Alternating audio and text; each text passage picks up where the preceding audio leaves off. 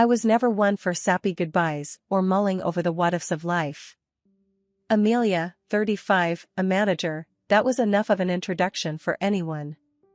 There I was, standing tall, suitcase gripping my sweating palm. The creak of those steps under my weight was like a soundtrack to this not-so-graceful exit. At the bottom of the stairs, Jeremy leaned against the doorframe, arms folded, the ghost of a smirk playing on his face. It was the smirk that said, "You won't last a week without my money." I despised that smirk. Linda, the queen of passive-aggressive comments, was perched on the arm of the plush love seat, a throne she made from judgments and sly digs. "My boy always did like headstrong," she said, inspecting her perfectly manicured nails. Zoe, the new trophy, was a human-sized Barbie perched awkwardly on the edge of the couch.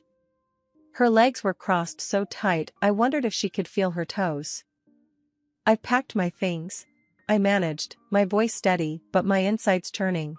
It felt strange, declaring something so mundane at a moment that felt like the end of an era. Jeremy chuckled, a low, infuriating sound. "What, no tears, Amelia?" he prodded, finding humor in what he thought was my misery. It was typical Jeremy, kicking when he thought you were down. "Not for you," I shot back, clenching my jaw to keep my composure. Linda's laugh slithered out next, sharp as a knife. "Why don't you join us for dinner, one last time?" There was a challenge in her eyes, daring me to break, to show the crack in the armor I spent years fortifying. The idea was ludicrous. Who in their right mind would have a farewell dinner with their ex and a shiny new thing? But I couldn't resist the opportunity to show them that I wasn't leaving as the defeated wife.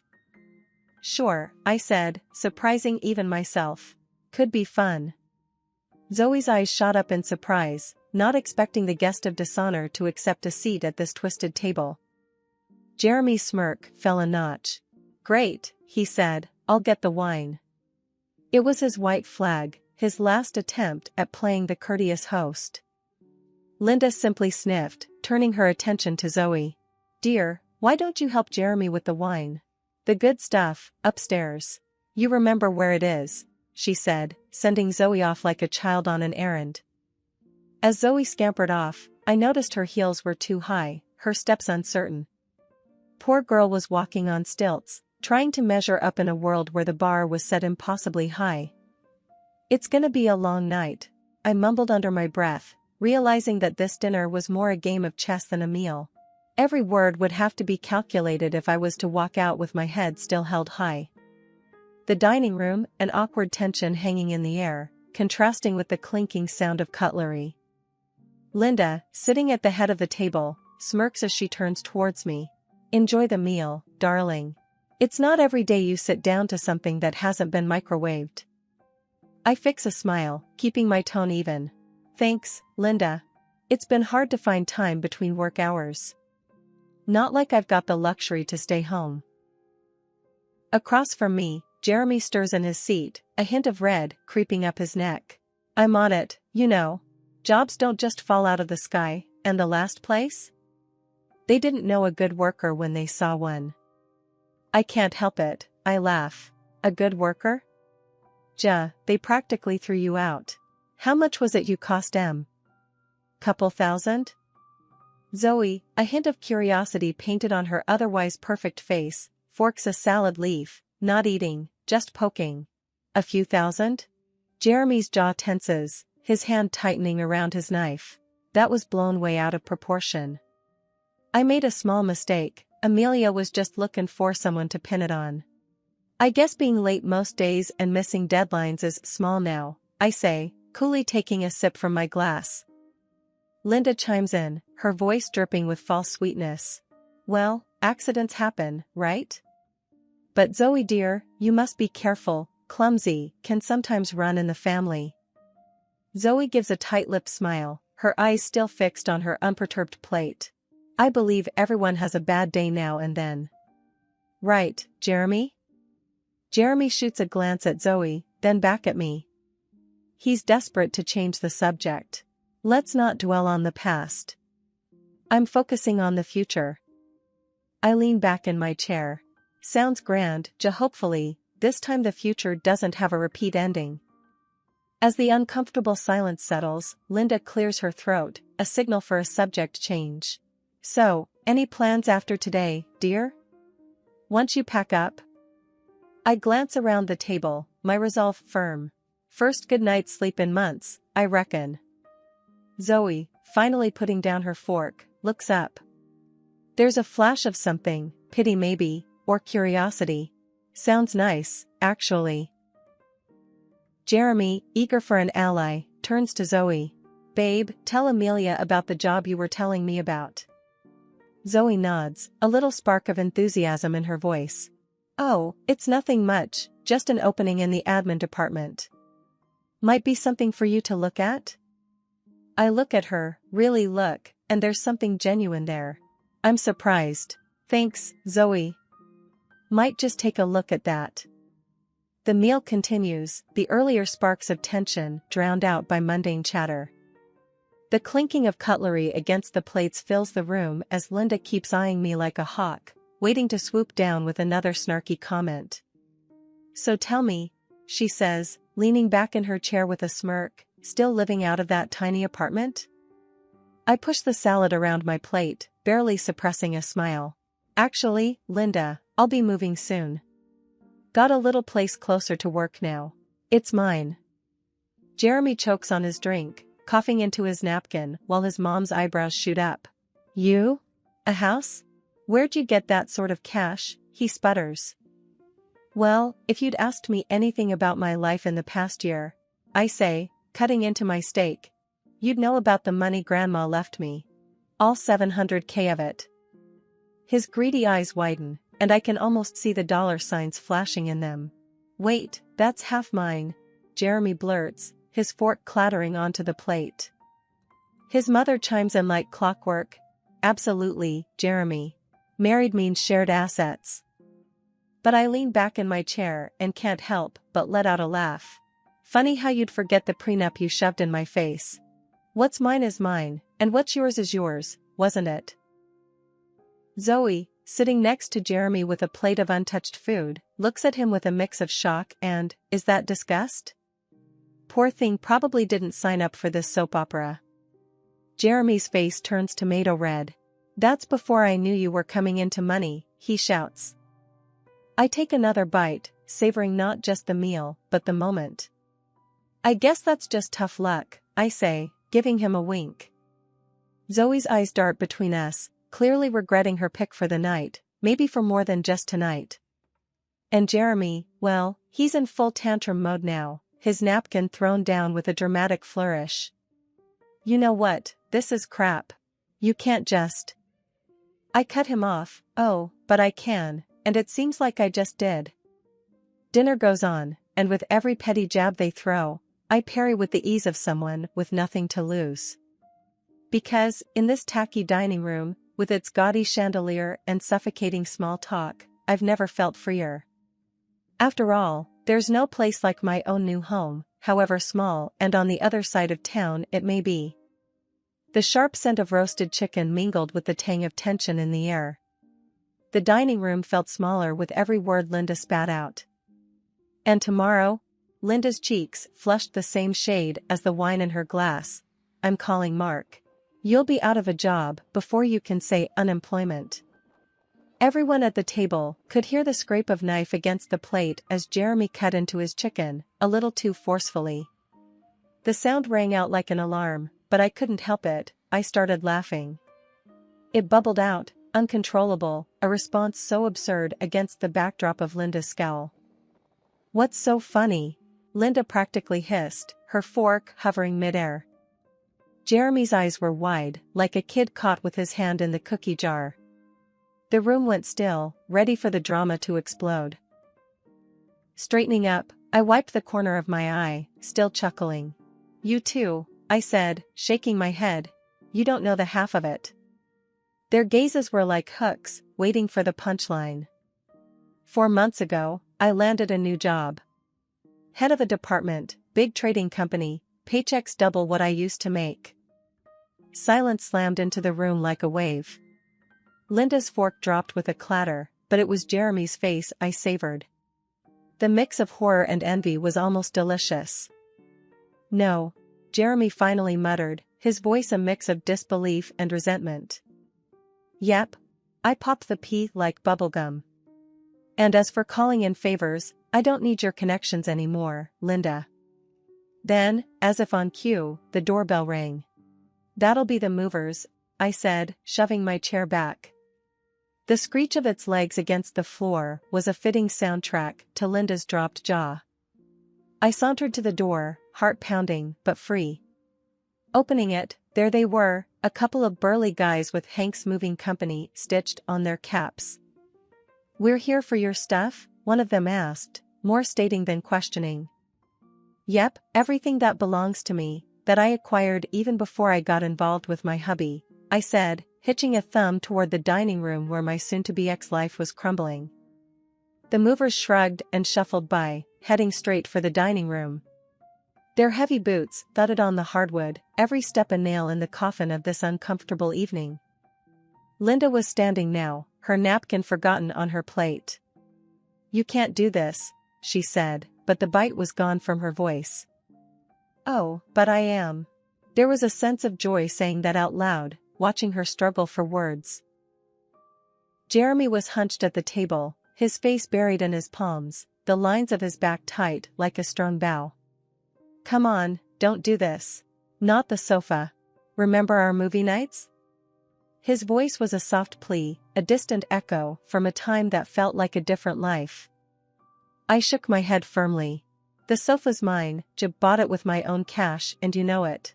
Turning to the movers, I pointed at the bulky behemoth of a couch. "That thing needs to go first. Careful with it, it's pricier than it looks." Zoe sat frozen, her eyes wide like saucers. She looked like she wanted to melt into the woodwork. Linda was still shaking her head, her lips pressed into a thin line. "You're cleaning us out, girl. What are we supposed to sit on? The floor?" Should have thought of that before Jeremy decided to play house with Miss Sunshine here. I didn't bother hiding the bitterness as I swept my hand towards Zoe. The movers were a symphony of grunts and commands, heaving up my furniture with practiced ease. The TV came off the wall with a pop, the dining table was dismantled with a clatter, and even the damn washing machine was unhooked with a series of clangs and splashes. Jeremy finally stood up, pushing away from the table. "You think you've won?" His voice wobbled with anger, his nostrils flaring. "Checkmate," I quipped, heading back towards the kitchen. Plates of uneaten food gazed up at me as I grabbed a bottle of soda, popping the cap and taking a swig. It wasn't champagne, but the fizz tasted like victory. The movers began hauling boxes, the heavy sound of cardboard thumping against the front door as they passed in and out. I walked back into the dining room, grabbing a few last personal items, a picture frame, a ceramic cat Jeremy always hated, and my favorite mug. All right, but the car too?" Jeremy stood up, his face flushed a deep red. "You can't be serious. How am I supposed to get to work?" I fished the car keys from my pocket, twirling them around my finger. "You should have read the fine print, baby. That car's in my name." I tossed the keys to one of the movers. "Park it outside my new place, will ya?" By the time we were done, the house was as bare as a skeleton, stripped clean. Linda sat on the hardwood floor, her back against the wall, while Jeremy stared through the gaping space where the TV once was. And before I turned to leave, with one last look at the shell of our shared past, I said, "You should thank me, really. It's not every day you get a fresh start, free from all the old junk." Linda was fuming, her hands clenched into fists that kept opening and closing. "You're nothing without this family," she spat out, every word a poison dart. Funny thing was, I felt lighter than I had in years. I looked at her, at Jeremy, at the life I was leaving behind. Jeremy watched me, eyes reddening, his chest heaving like he was running out of air. Greed, anger, regret, they were written all over him, and I knew, even as I turned my back on that chapter, I would never forget that look. Escaping the clamor of Jeremy's house, I breathed deep. The cool air was a slap to my skin, a wake-up call. I was free, but Jeremy wasn't going to let go without a fight. You think you've won, huh? Jeremy's voice came from behind the door. You'll regret this. Mark my words. You'll end up just an old hag with a bunch of cats. I could hear the anger boiling in his veins, but I didn't care. Done was done, and I was out of there. I was nearly at my car when the front door burst open again.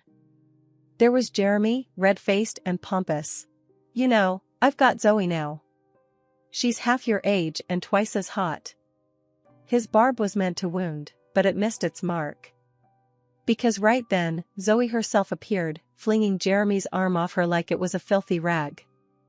Keep dreaming, she snapped. She didn't even glance my way as she stomped down the steps, a fury in her heels. She was done playing the pretty little girlfriend prop. Jeremy stumbled after her like a man who'd just been kicked in the gut. Zoe, babe, don't be like that. Come on. But Zoe spun around, and the look she shot him would have curdled milk. Like what, Jeremy? Like someone who just saw the light. You're a jerk, and your mama? She's a dictator in a floral apron. I ain't marrying into this circus. The color drained from Jeremy's face, quicker than a leak in a balloon. He spluttered, no comebacks, no charm. This is it, Jeremy. We are done. Zoe's words were like nails in a coffin, precise and final. Jeremy's mother, Linda, had appeared in the doorway too, her face twisted like she'd swallowed something nasty. Zoe, you can't leave my boy. We had plans for you, she hissed, probably thinking of wedding bells and grandkids. But Zoe wasn't having a bar of it. I said, I'm done. Go find another puppet for your little show. She stormed off, her heels clicking like a ticking time bomb. There I was, leaning against my car, trying real hard not to let the grin split my face. Watching Jeremy and Linda shrink in the rearview mirror felt better than I'd imagined. Hey, and don't think you've gotten away with this. Jeremy was shouting, but his words were like rain against my car window, persistent but insignificant. I rolled down the window a sliver, just enough to let my voice carry. Actually, I think I just did. I gave him a look, one that said I knew I'd won, then rolled the window back up before he could spew another word. I hit the gas and didn't look back. In my rear view, Jeremy's figure got smaller, his rage drowned out by the growl of the engine. Ahead of me, the street stretched out, the night just beginning to shimmer with possibilities. Looking at the empty seat next to me, I'd be lying if I said I didn't feel a twinge of something like triumph, sweet and raw. No regrets, no looking back, I mused. Tonight, the getaway was all the dinner I needed. When my phone buzzed that morning, the last name I expected to flash on the screen was Zoe's. Yeah, that's her, the doll whose sharp tongue and don't care attitude had sent Jeremy and his mother Linda home with their tails between their legs. My lips curled into a smug grin. I swiped at the screen. Hey, Zoe. Hey, it's me. Just thought I'd ring you up, you know. To say thanks. Her voice chirped through. For what? I leaned back on my kitchen counter, a little confused but curious. For yesterday. You were freaking badass, opening my eyes about Jeremy and Linda. That, I laughed. It was a cold laugh, no joy in it. Trust me, I didn't do anything. You saw them for what they are all on your own. Yeah, well, I just wanted to say I appreciate it. So, thank you, she insisted. I could hear the genuine tone in her voice. No problem. Just watch your back, okay? We said our goodbyes and hung up. The phone felt heavy in my hand as I tapped it against my chin, pondering the weirdness of it all. I had just been thanked by the woman who was fooling around with my ex-husband for helping her dodge a bullet. Life sure was strange. I mulled over my conversation with Zoe while I threw together a sandwich. The heel of the bread, some old cheese, and that last, sorry slice of ham. I wasn't in the mood for anything fancy. I slumped down at my tiny kitchen table, taking a bite out of the uneven sandwich. I chewed slowly, the bread dry and sticking to the roof of my mouth. That could have been me, stuck in that cycle with Jeremy and Linda. But it wasn't. I had broken free. Later that day, I sat down with a pen and a notepad. I was old school like that. A thank you note. Never thought I'd write one of those to my ex's side chick, but here we were. I scribbled quickly, not fussing over the words, just letting them spill out raw and real. I told Zoe she was welcome, that she was better off now, even if it didn't seem like it yet. I told her to keep her head high and to never let some two-timing jerk and his manipulative mom tell her who she was. And I signed it simply, with no flares or niceties. The note was brief, to the point. It was enough. I sealed it in an old envelope I found in a drawer, grabbed my keys, and headed out.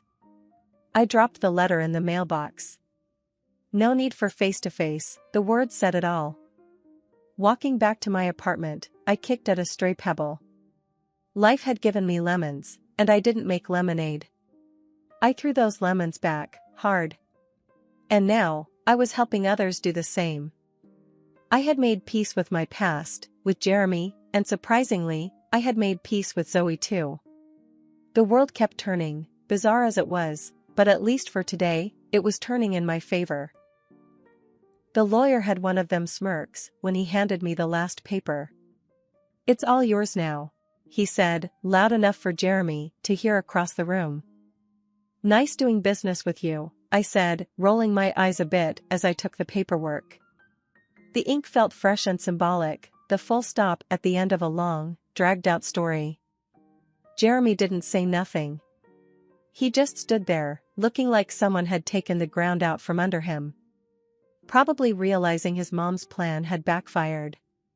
Linda, she had a face like thunder, her lips thin like she'd been sucking on lemons. "Can you believe this? After everything I did." Linda's voice trailed off into a sort of hiss. I didn't answer, just clutched my papers a bit tighter.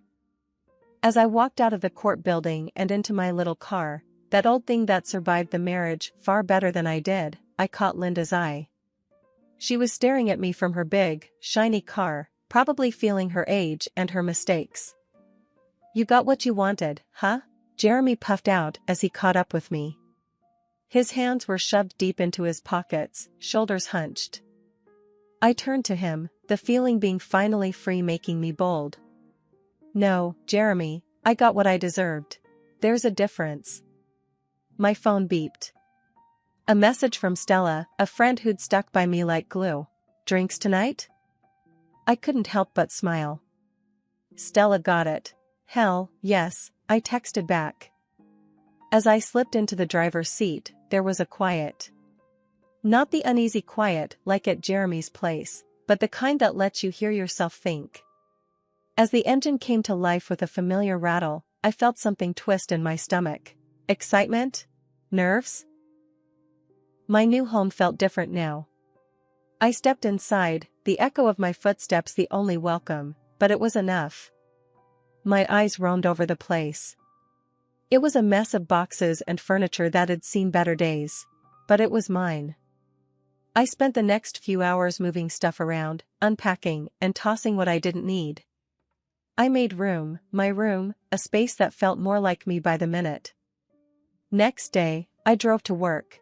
Work was the kind of busy that kept thoughts at bay and made the day fly by. At lunch, the girls were all ears. "You okay?" Jess, the office gossip, asked, her eyes all concern and curiosity. "Better than okay," I answered with no shadow of a lie. The drive home was meditative, the road stretched like my future, uncertain, yeah, but mine all the same. That night, Stella and I hit the bar. It was loud and full, just like life should be. We tossed back drinks and threw our heads back with laughter that drew looks. "To new beginnings," Stella said, holding up her glass. "To tomorrow," I replied. And we drank to that. Tomorrow and the day after and all the days to follow. Because that's the thing about tomorrow, it's always on its way, and now, so was I, ready for whatever the hell it decided to bring.